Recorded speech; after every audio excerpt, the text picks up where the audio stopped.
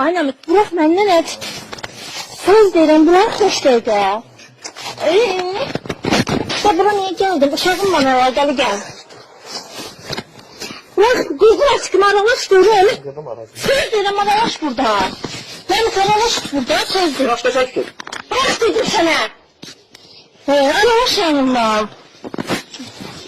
Namik, bırak mənimlə. Mən sinir aralaş burada. Gözünə bir çıxdı da. Mənə bir su ver. Qalx görüm.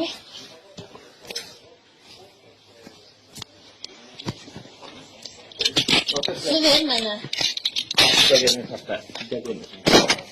Cüzdiyə qoymalı, bu nə hərəkətdir sayılırsan? Başa düşmədi. Ben mənim açıqını görüyə qırdın sən. Alacam səni. Mən lazım deyil sənin açıq almağın. Buna bax, soruca bax.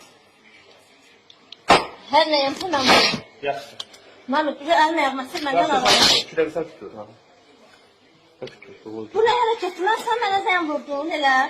Uşağıma görə gəldim ki, yəni budur da. Bu nə hərəkət edirsin? Anlaşda ola bilmirəm. Mən sən deyim ki, mənim ailəm uşağım var da, məndən aralaş.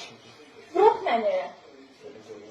Bırak məni. Zarfatsız mənim rəyində də problem var. Aralaş. Namik, məndən aralaş. Sən aralaşın. Bırak məni. Həqiqətən mən ciddi dalaşmaq istəmirəm ha sənlə. Dalaşmayı nesin? Necə yəni eləyəsən? Aralaş. Aralaş dedim sənlə. Bak. Namik bilmək istəmirəm. Bax, kısır qaçıb gəl.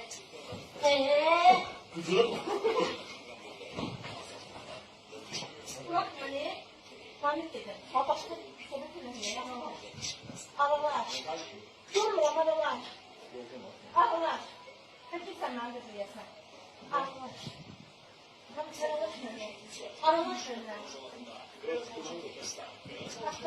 Ben namik aralaş deyirəm. Bırak. Bırak məni. Bırak məni. Namik bırak məni. Çıkın evden. Aralaş dedim. Namik bırak.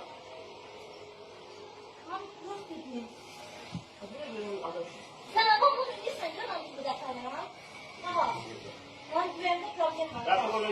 Sen babanın zorlarında problem varsa bırak. Bırak beni. Bırak. Normalden normal bırak. Nerede çektirdiysen sen? Bırak. Deme bana.